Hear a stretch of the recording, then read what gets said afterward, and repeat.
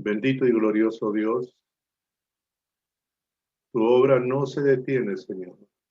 Hemos escuchado el testimonio de tu siervo en Turquía y el mandato está dado, Señor. Y por todas las naciones y predicad el Evangelio y enséñales todo lo que yo les he enseñado. Mi buen Dios, y en esta mañana queremos aprender de tu palabra, de esas enseñanzas que tú has traído, Señor Jesús, para cada uno de tus hermanos, para cada uno de los habitantes de la tierra. Hay mucha confusión sobre la adoración, mi buen Dios, pero tú eres esa claridad, esa luz que nos ilumina y nos permite, Señor, ir en el camino correcto de la adoración. Todos los que estamos aquí, Señor, queremos adorarte a ti como tú te mereces. Y glorioso Espíritu Santo, yo te ruego en esta mañana que tú glorifiques el nombre de Jesús en cada corazón, dándonos ese entendimiento que provoca transformación, cambio en la vida de cada uno, Señor. Te lo suplico en el nombre de Jesús. Amén. Amén.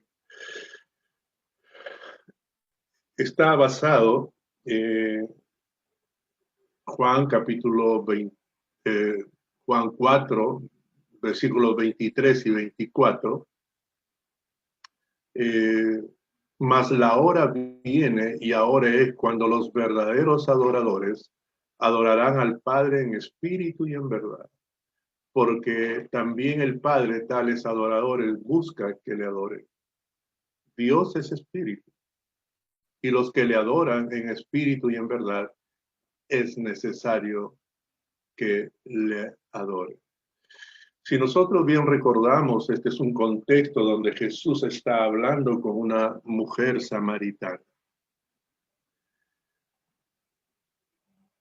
Y es interesante notar aquí cuando Jesús le preguntó al apóstol Pedro, ¿quién dice la gente que soy? ¿Quién dice que soy yo? Ustedes. Y Pedro le respondió, tú eres el Cristo. Y Jesús le respondió, bienaventurado eres Pedro, porque no te lo reveló hombre alguno, sino Dios. O sea, Dios mismo dándole entendimiento a Pedro que Jesucristo era el Cristo. Pero aquí sucede algo. La mujer samaritana también recibe esta bendición y Jesús le dice, yo soy el Cristo. Ese Cristo esperado por toda la nación judía, pero ese Cristo no solamente se manifiesta a la nación judía, sino también a los samaritanos. Mira, que entre judíos y samaritanos se llevaban peleas. Era el ungido, aquel que venía en una misión especial a esta tierra. Y dentro de toda esa misión especial es para bendecir nuestras vidas y para enseñarnos, para enseñar. Sería interesante en una oportunidad desarrollar este hermoso tema de la revelación del Cristo de parte de Dios a Pedro, a la nación judía, y de parte de Jesús a los samaritanos. Esto me dice de que Jesús está interesado también, no solamente en el pueblo judío, sino en toda la nación. Y Jesús vino trayendo muchas enseñanzas. Jesús enseñó sobre la adoración.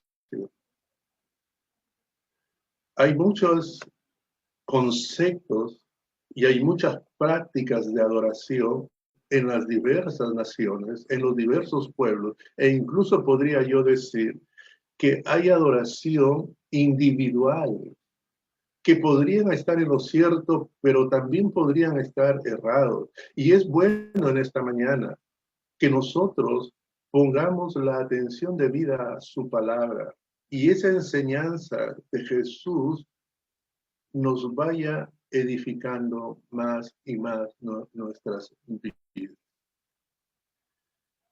Por ejemplo, estando conversando con la mujer samaritana, Jesús enseñó de que la adoración no tenía una ubicación geográfica, porque la mujer samaritana le dijo, nosotros adoramos en este monte, en el monte Gerizim, y los judíos adoran en Jerusalén. Y Jesús le dijo, vendrá el tiempo en que ya no será así. O sea, que ya no era una ubicación geográfica la necesidad para poder adorar al Señor. Estaba visorándose algo iba a ser Jesús en las personas para tener una verdadera adoración. Pero también enseña Jesús de que la adoración con respecto a su calidad, hay una verdadera adoración y una falsa adoración. Los pueblos reconocen la existencia de un ser supremo y establecen y tejen una adoración nacional o individual. Pero Jesús llega a identificar que hay una verdadera adoración y por antonimia hay una falsa adoración. Es necesario que los que adoran, adoren al Padre en espíritu y en verdad. Entonces esto es un motivo para nosotros que Dios ha empezado un crecimiento y un desarrollo en nuestras vidas, poner la atención respectiva a su palabra. Y permíteme en esta mañana llevar este tema, la necesidad de verdaderos adoradores, en dos puntos muy importantes, dos puntos principales. Se busca adoradores y la necesidad de adoración. El cielo como que proclamase que se busca adoradores. La creación no le adora en su totalidad a Dios. Y en el punto 2, la necesidad de adoración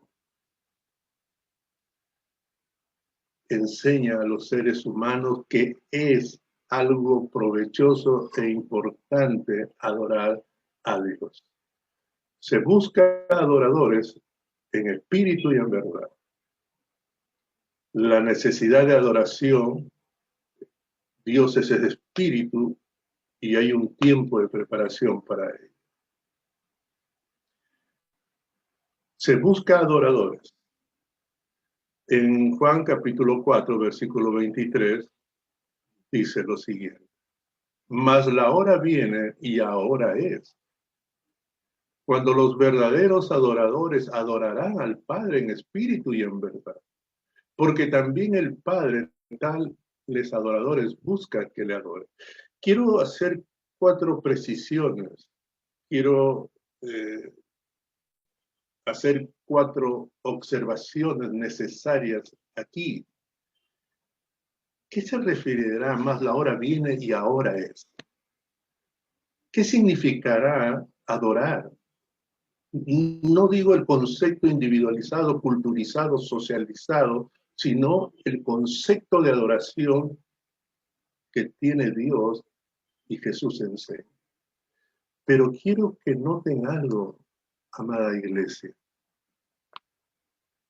Mas la hora viene y ahora es cuando los verdaderos adoradores adorarán al Padre. Mira. Y esta palabra Padre se repite 2 veces. ¿Por qué será esto? Y es interesante. Porque también el Padre tales adoradores busca que le adoren. Esa palabra buscar es una palabra que causa tristeza, Entonces permítanme hacer estas 4 consideraciones. ¿A qué se refiere cuando dice mal ahora viene y ahora es? Estaba hablando con la mujer samaritana y le estaba enseñando que no se va a necesitar un lugar físico. Y era como que Jesús le está diciendo, está próximo a consumarse la obra que yo he venido a hacer. Se refiere a su muerte, resurrección y ascensión de Jesús. Jesús vino como el Mesías, vino como el Salvador, y él iba a iniciar esa verdadera adoración. mas la hora viene y ahora es. El Hijo del Hombre ha venido y empezará una adoración verdadera. Eso significa. Ahora, ¿cuál es el significado de adoración? Proscuneo. Si tú te percatas, hay dos figuras aquí. Jesús orando en el Getsemaní, postrado. De rodillas en la cárcel, Pablo. Y la palabra adoración significa besar como el perro lame la mano de su amo. Es postrarse, es agazaparse en reverencia, en homenaje. Mira. Entonces, orar es adorar, adoración es más que orar. Es más que orar. Entonces, en ese sentido, valdría preguntarse en este pasadizo de la predicación,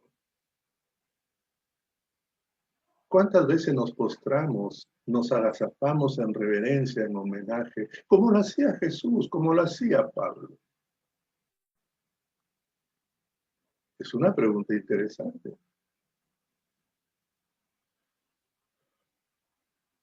Otra de las consideraciones, les mencioné que se repite 2 veces, Padre. Y si seguimos con ese lenguaje, nosotros vamos a notar de que Israel era considerado como hijo, Israel consideraba a Dios como padre. En Isaías 63, 16 dice, porque tú eres nuestro padre, que Abraham nos ignora, Israel no nos conoce. Tú, Señor, eres nuestro padre. Mira, el padre tales adoradores busca. Es en esa relación. Por eso quiero que tú te percates que este versículo 23 hay una referencia directa al pueblo, a la iglesia del Señor. Pero en esa relación, ¿cómo somos nosotros ahora hijos de Dios? Si somos de otras naciones. Les mencioné que Jesús vino a bendecirnos y a hacer algo por nosotros. Una de esas bendiciones es hacernos hijos de Dios. En Juan 1, 12, 13 dice, más a todos los que le recibieron, a los que creen en su nombre, les dio potestad de ser hechos hijos de Dios, los cuales no son engendrados de sangre, ni de voluntad de carne, ni de voluntad de varón, sino de Dios. Entonces, es en esa relación padre e hijo, el padre está buscando adoradores que le adoren en espíritu y en verdad, dentro de su pueblo, dentro de su iglesia. Eso necesitamos enfatizar. En los samaritanos, ellos no conocían a Dios y adoraban a los que no conocían. Y esto se asemeja a las naciones, a los pueblos diversos que no conocen a Dios, pero aceptan la presencia de un ser superior y establecen individualmente una forma de adoración y no saben si esa forma de adoración es la mejor y lo que Dios quiere. Nosotros somos hijos de Dios por ese derecho y bendición de haber creído y recibido a Jesucristo. Y Dios está buscando también, el Padre está buscando entre su iglesia adoradores, que le adoren en espíritu y en verdad. Puede ser que le suceda a la iglesia lo que le sucedió a Israel, porque Israel conocía a Dios, pero dejó de adorarle y no le adoraba en espíritu y en verdad. Y hay una cuarta consideración que es buscar. Esto es lo más penoso. Somos ya en todo el mundo 8.000 millones de habitantes. Quizás 1.000 millones somos cristianos. No sé si cristianos nominales, no sé si cristianos de otro índole, pero estadísticamente está reconocido como 1.000 millones de cristianos. Somos los de primera línea que deberíamos estar adorando a Dios, postrándonos en reverencia y reconociendo su majestad ante Dios. Y esa palabra es triste. ¿Sabe por qué? Buscar es escasez. Buscar es que no hay. Y habiendo Dios creado al ser humano, si los 1.000 millones considerados como cristianos, los 7.000 adorarán al Padre en espíritu y en verdad. En el Perú somos como 33 millones de habitantes. El 15% somos cristianos. El Padre está buscando de entre esos 15% en el Perú que lo adoremos en espíritu y en verdad. Y también el Padre quiere que ese 85% restante le adore porque es su creación. Entonces, se busca adoradores en espíritu. El ser humano, todos somos una composición de 3 partes. El cuerpo, que tiene que ver con la anatomía, la morfología, la fisiología, el alma, las emociones, la voluntad, la mente y el espíritu. Dios nos hizo y nos dio una parte que se llama espíritu, porque Dios es espíritu para estar conectados con Él y poder entendernos y tener una comunicación y una relación con Él. Pero ¿sabes qué sucedió con el espíritu de la humanidad? Perdió la comunión por la desobediencia. La conciencia se endureció y no percibió al Dios verdadero. Y se perdió la intuición, el discernimiento entre el bien y el mal.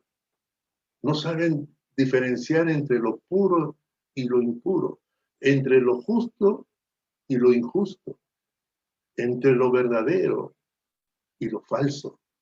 Y el espíritu del ser humano, algo le sucedió y fue impactado negativamente por eso. Y es por eso que en las naciones se percibe la presencia de un Dios superior. Pero también, en una forma individualizada, se crea esa adoración en espíritu, en una comunión con Dios, en una conciencia sensibilizada con Dios, sabiendo discernir entre el bien y el mal, que hay 2 caminos. Entonces, Dios está buscando. Y aquí yo quiero que tú tengas bien claro. ¿Quién puede provocar un cambio en el interior, en la conciencia tuya, en la comunión con Dios? ¿Tú? ¿Yo mismo? No, imposible. La conciencia adormecida me quitó sensibilidad. No me interesó Dios, caminaba a mi manera, distante y lejos de Él. Perdí el discernimiento entre el bien y el mal. Y la comunión con Dios se perdió. Entonces, es ahí donde resalta la presencia de Jesús.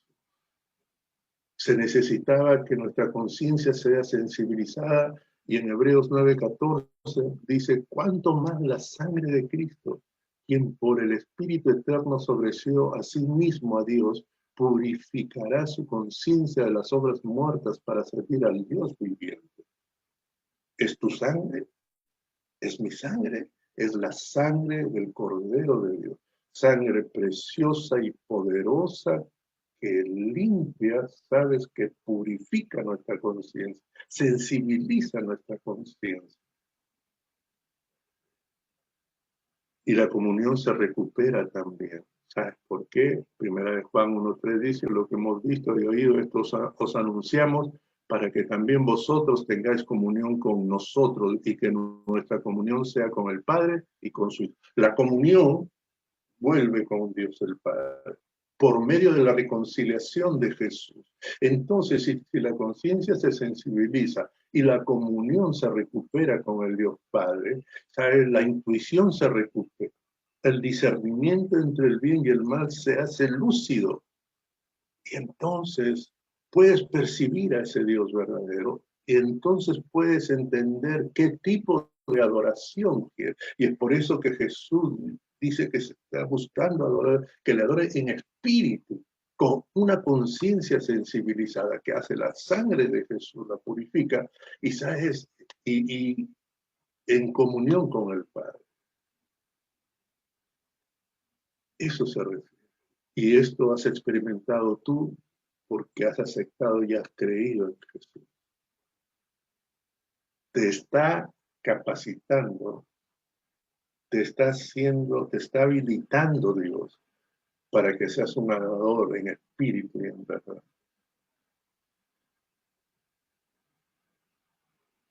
¿Y qué significa en verdad?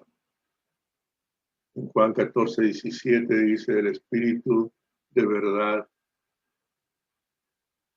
no puede, el cual el mundo no puede recibir porque no lo ve ni lo conoce, pero vosotros lo conocéis porque mora con vosotros y estará en vosotros. Cuando tú no rechazaste a Jesús, sino que lo recibiste, el Espíritu Santo, el Espíritu de verdad viene a ti. Entonces, y si había mentira en tu conciencia, en tu discernimiento, en tus pensamientos, la verdad alumbra y las tinieblas se van. Entonces la verdad prevalece. Eso es lo que sucede. Dios, al enviar a Jesús, está habilitando al ser humano que lo acepta a Jesús, que le adore en espíritu y en verdad. Jesús mismo dijo, yo soy el camino, la verdad y la vida, nadie viene al Padre sino por mí. Entonces, Jesús es la verdad. Tú podrías tener un concepto de la familia, pero Jesús te dice el concepto de familia. Tú podrías tener el concepto de Dios, pero Jesús te da el verdadero concepto de Dios. Tú podrías tener un concepto de adoración a Dios, pero Jesús viene y te enseña la verdadera adoración. ¿Por qué, amada iglesia, amado hermano y amado amigo? Nosotros, si recurrimos a la historia y miramos algunos países, nuestro país, Perú, ellos adoraban al sol Inca, que conocían que había un ser superior. Tenían cuerpo, tenían alma. El problema era su espíritu, no estaba en una comunión con el Dios verdadero. El problema era su conciencia, no estaba sensibilizada. Y entonces perdieron el discernimiento y pensaron de que el sol era Dios. Y establecieron su adoración, pero estaban equivocados. Y Dios y Jesús comprenden esas cosas. En la China, Buda, por ejemplo, mucha gente piensa que Buda es un Dios y tienen su forma de adorar. En la India también. En Egipto también hay cientos de dioses. Y aquí en Perú hay 1500 vírgenes y a todas ellas se le adora erradamente, equivocadamente. Y también en México están los 4 dioses creadores, Tectotec y Texactilpoca, que son unos de ellos. Entonces, esto refleja que hay una adoración, pero errada, equivocada. Porque, ¿sabes qué? Porque su espíritu espíritu del ser humano, su interior, su conciencia no está sensibilizada para el Dios verdadero. Su conciencia está cauterizada por el pecado. Su conciencia está cauterizada, insensibilizada por la desobediencia y rebeldía a Dios, y por lo tanto pierden comunión con Dios. Pero acepta la existencia de un ser superior.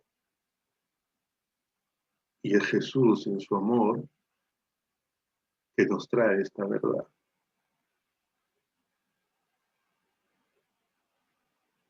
El Padre está buscando adoradores que le adoren en espíritu y en verdad. Y si es el Padre, está buscando en la iglesia, está buscando entre los hijos. El camino que recorrió Israel, en la cual tuvo el privilegio de que Dios se manifestó y escogió como pueblo de Dios. Ese privilegio se fue disuadiendo cuando el pueblo ya no le adoraba en espíritu ni en verdad. Estamos llamados nosotros como iglesia a adorar al Padre en espíritu y en verdad. El segundo punto principal es la necesidad de adoración. Dios es espíritu y los que le adoren en espíritu y en verdad es necesario que le adoren. Me pregunto, ¿por qué en el versículo 23 se repite Padre? ¿Y por qué en el versículo 24 ya no se presenta como Padre, sino se presenta como Dios, ese espíritu? Porque de aquí el primer punto habla la iglesia, su pueblo escogido. Pero en el segundo punto se está manifestando el Dios de toda la creación. En Génesis, ¿acaso no dice en el primer capítulo, versículo 2, y el Espíritu de Dios estaba sobre las aguas? Está hablando de toda la creación. En esta parte quiero que tú notes, Dios es espíritu, y los que le adoran en espíritu y en verdad es necesario que le adoren. Pareciese la figura, sí, que primero es una llamada de reflexión a la iglesia, pero aquí ya en este segundo punto es Dios hablando a todos en la cual se encuentra la iglesia y todas las demás personas. Esos 8.000 millones de habitantes, para seguir con el mismo ejemplo, es como que ya le habló a los 1.000 millones que son creyentes, pero ahora les habla a todos, a los 8.000 millones, el Dios de la creación, el Dios de la creación. Dios es espíritu. ¿Por qué no dice y no sigue con el término Padre? Porque le está hablando a las naciones, está hablándole a todos. Esa es la idea. Y hay que tener ciertas consideraciones aquí. La primera consideración, nosotros ya vimos en esta mañana que hay los que adoran en espíritu y en verdad.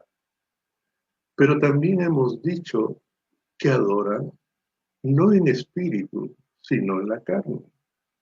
Entiéndase carne, somos producto del Padre y la Madre, se unieron y ese es el nacimiento y a eso se refiere carne. No en el espíritu, es en la carne. Adoran no en verdad, sino que están errados. Ahí estuvimos nosotros, así estuvimos un tiempo. Pero el puente para ser un adorador en espíritu y en verdad, porque quien te habilita eso es Jesús. Jesús te purifica tu conciencia, te devuelve la comunión con Dios y el discernimiento del bien y del mal se clarifica en ti. Y es por eso que aceptas y quieres conocer al Dios verdadero y quieres adorar verdaderamente a Dios.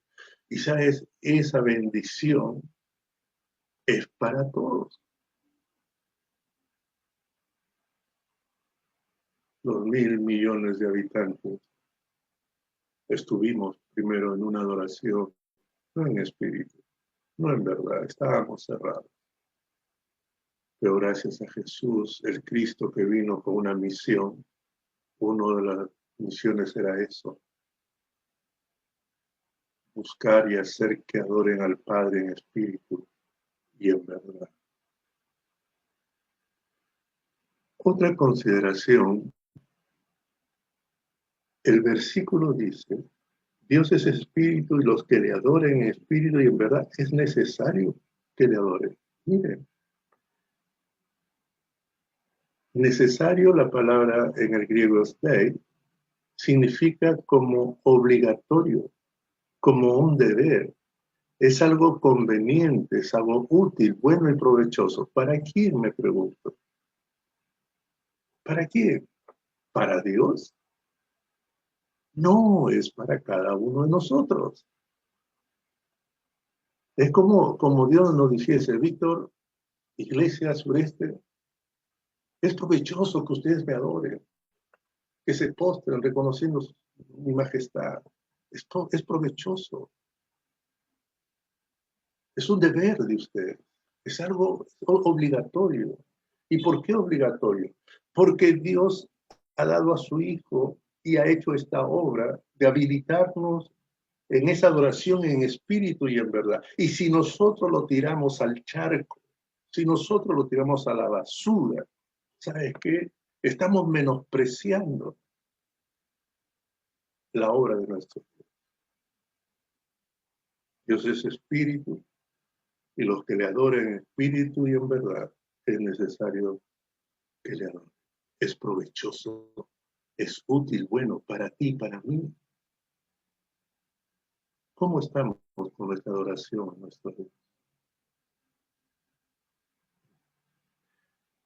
¿Cuántas veces nos postramos, nos agazapamos, reconociendo su majestad, su soberanía?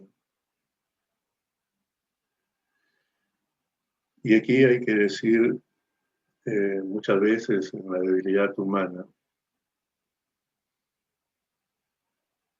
y te voy a dar dos ejemplos, uno social que se ve en la sociedad. Si nos enteramos, por ejemplo, que el presidente Sagasti va a nuestra empresa, nos vamos a usar la mejor ropa, la mejor actitud, la mejor sonrisa, el mejor desempeño, porque llega el presidente de la República. Pero sabes que la verdadera adoración es aquel que dio vida al presidente de la República. Creo que vamos con más reverencia a una autoridad humana que a Dios. Y el otro ejemplo que te quiero dar es una mujer se postraba delante de Dios y le pedía y le gritaba como para que le haga lo que ella estaba pidiendo. Ella reconocía que había un ser superior, pero no sabía adorar a Dios. Y Dios en su gracia le hizo entender que así como tratase a una autoridad humana, a un alcalde, a un presidente, Él es mayor que un alcalde, que un presidente. Él es el creador de todo ser humano. ¿Cómo estamos en nuestra adoración, iglesia? ¿Y cuál es tu adoración, amigo, amiga? Si tú estás practicando una adoración equivocada, errada, como estuvimos nosotros. Es lindo que frente a la palabra alumbra una oportunidad que también es para ti. Porque Solamente la conciencia puede ser purificada con la sangre preciosa de Jesús. Y tu comunión puede ser, sabes, nuevamente recuperada con Dios por Jesús. Y recobrarás el sentido y el discernimiento entre el bien y el mal. Y podrás conocer al Dios verdadero y adorarle a Él en espíritu y en verdad. Dios es espíritu. Y los que le adoran en espíritu en verdad es necesario que le adoren.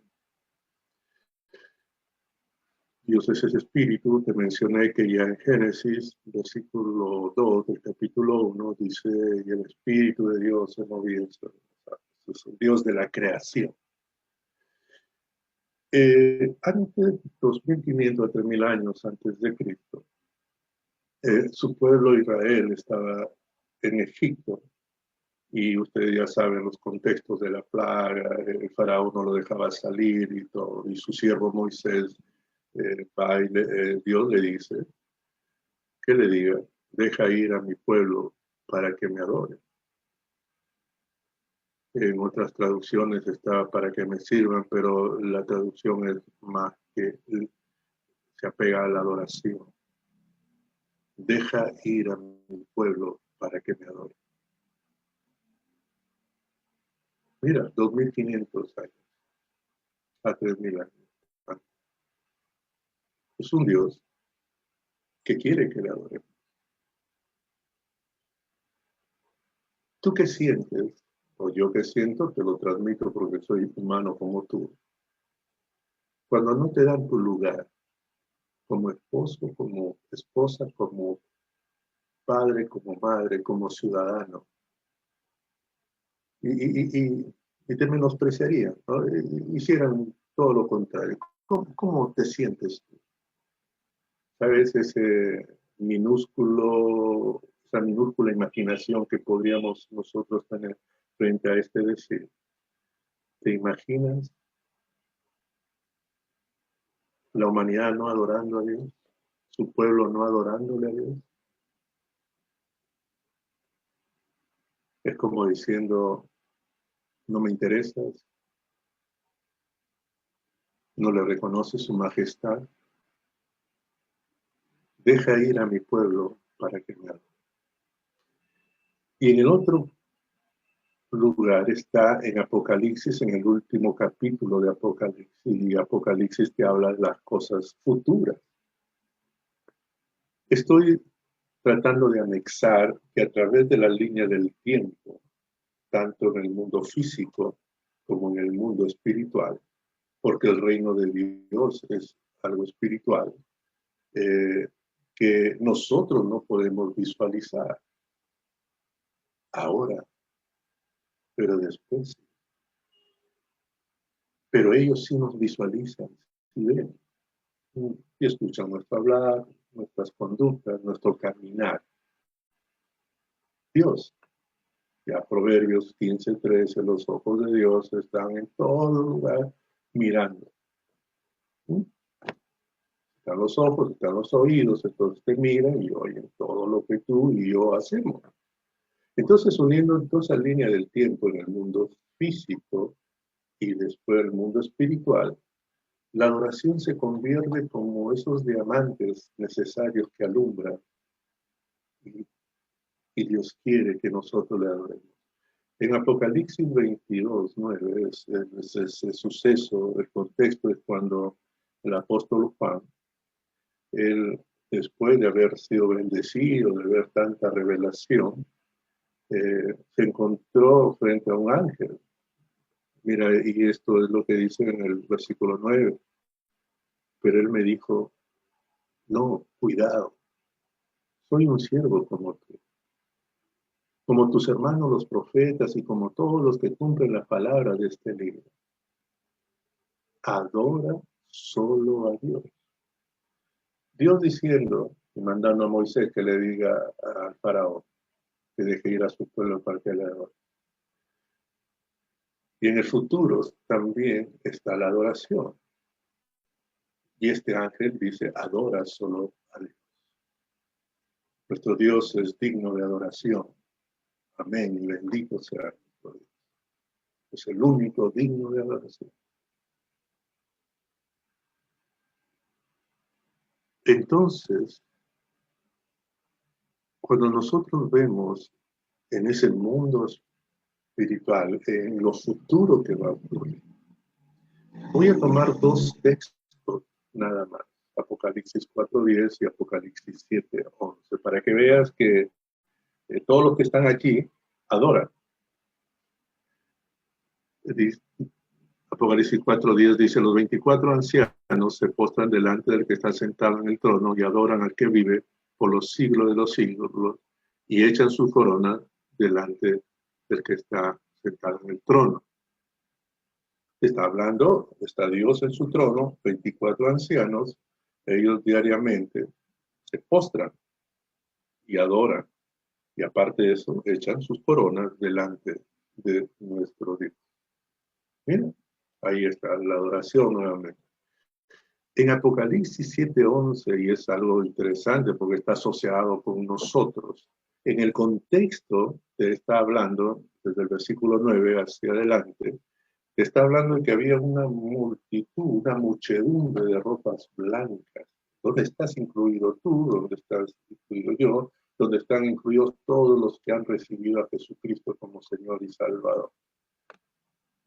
Y miren lo que dice el versículo 11. O sea, esa muchedumbre, y todos los ángeles estaban al pie alrededor del trono. Y de los ancianos y de los 4 seres vivientes se postraron sobre sus rostros delante del trono y adoraron a Dios. Mira, los 24 ancianos, la gran muchedumbre de los salvos por Cristo, los ángeles también, y los 4 seres vivientes se postran sobre sus rostros delante del trono y adoraron a Dios. Entonces la adoración es algo inherente en el reino de los cielos, pero el reino de los cielos se ha acercado y conocemos al rey de ese reino. Y el rey de ese reino es Espíritu, es nuestro Dios, glorioso, todopoderoso, admirable, sublime, es el Dios de toda carne y no hay nada imposible para él. Él es digno de adoración. Entonces, eso nos hace hacernos la pregunta, porque aquí está hablando del tiempo futuro, de las cosas que van a suceder. ¿Y qué es entonces el tiempo presente? Es un tiempo de preparación. Así cuando hablamos de las bodas del Cordero, el novio vendrá a llevar a su novia, la novia tiene que prepararse para el matrimonio, así también. Este tiempo que nosotros estamos aquí, iglesia, parece es un tiempo de preparación en la adoración. ¿Por qué? Porque allá en el reino de Dios todos le adoran, diariamente le adoran. Y lo hacen, ¿saben? Con regocijo, no lo hacen con cansancio y no lo hacen por imposición, lo hacen con alegría, con gozo. Es un tiempo de preparación.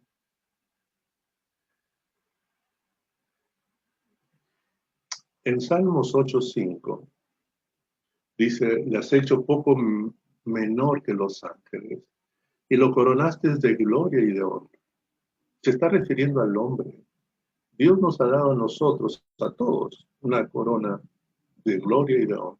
¿Qué es esta corona de gloria y honra? Cuando te hablan, te dicen que eres buena persona, eres buen padre, buen esposo, buen profesional, buen amigo. Está bien, esto lo ha dado Dios. La pregunta es, si esas coronas la echamos a los pies del Señor y reconocemos que de Él es la gloria y la honra. Iglesia, tenemos que prepararnos. Y esto a mí me dice que los que le adoran a Dios están cerca. Porque tales adoradores buscan a Dios que le adore. Mira, Dios te busca. Porque no todos le adoran en este tiempo, en esta tierra. Este es un tiempo de preparación. Una pregunta es, ¿echas sus coronas de gloria y de honra delante del que está sentado en el trono? delante de nuestro Dios, a quien le pertenece la gloria, la honra, el poder. Iglesia, estamos habilitados para hacer eso. Iglesia, estamos demandados a crecer en esto. Si tu crecimiento se interrumpió en esto, que este inicio de año sea un inicio de retomar desafíos de crecer. Crezcamos en la adoración. Estás habilitado.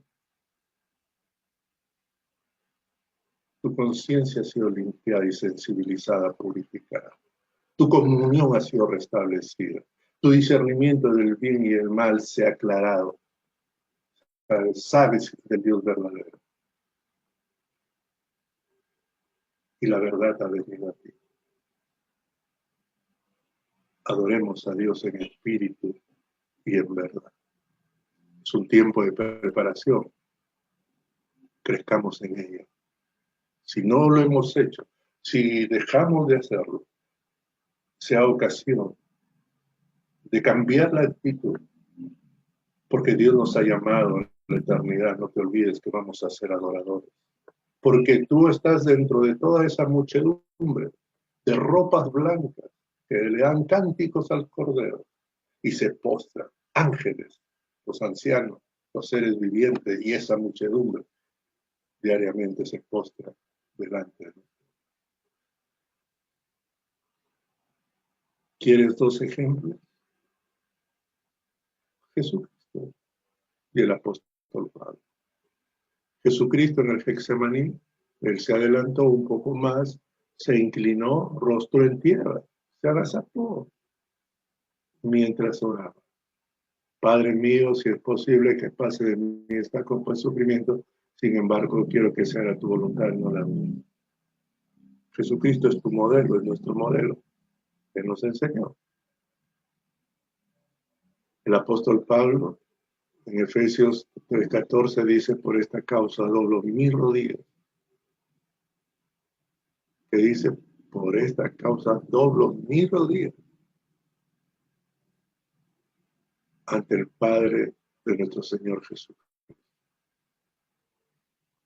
Creo en una oración que tú puedes hacerlo acostado en tu cama, sentado, cuando viajas, te trasladas. Creo en esa oración.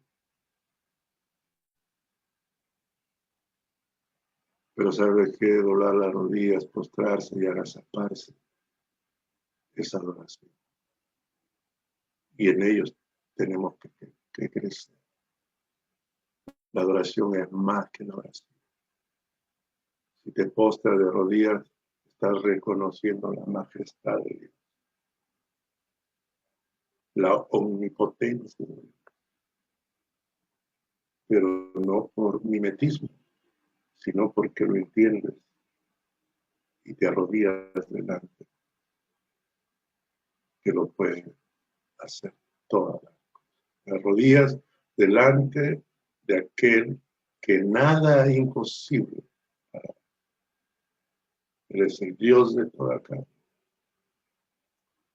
Son dos ejemplos, Jesucristo y Pablo. Concluyo, amada iglesia. La iglesia está habilitada para adorar a Dios en espíritu y en verdad. Es necesario, es conveniente, es provechoso, es bueno para ti y para mí adorar a Dios.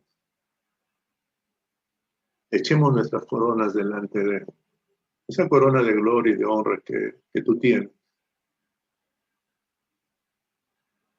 Porque no todo es malo, hay cosas buenas en ti. No hay nadie perfecto, pero Él te ha dado gloria y honra.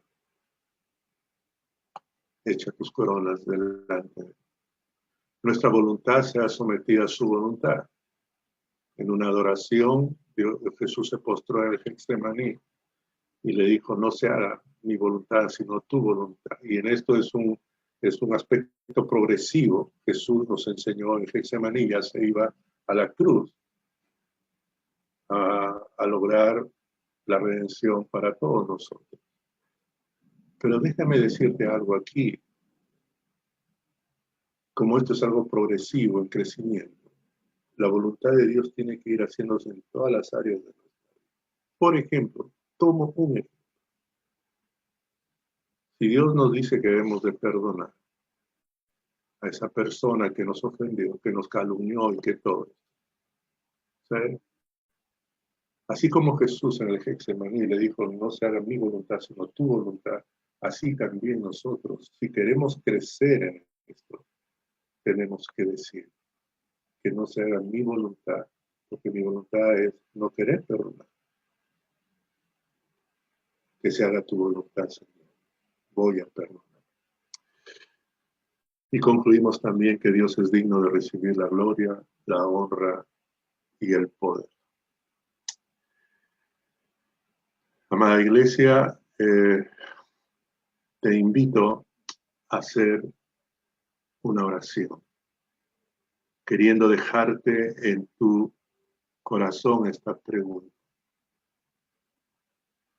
Si estás habilitado para adorar en espíritu y en verdad, ¿estás creciendo en la adoración? Te animo, crezcamos este año 2021. Y a ti, amigo, amiga, que si eres consciente que estás adorando a Dios, no como Dios manda, el puente de esta bendición de hacerlo en espíritu y en verdad es Jesús. Solo Jesús puede limpiar tu conciencia y volverte a la comunión con el Padre y volverte el discernimiento claro del bien y del mal. La oportunidad es para todos. Oremos, iglesia.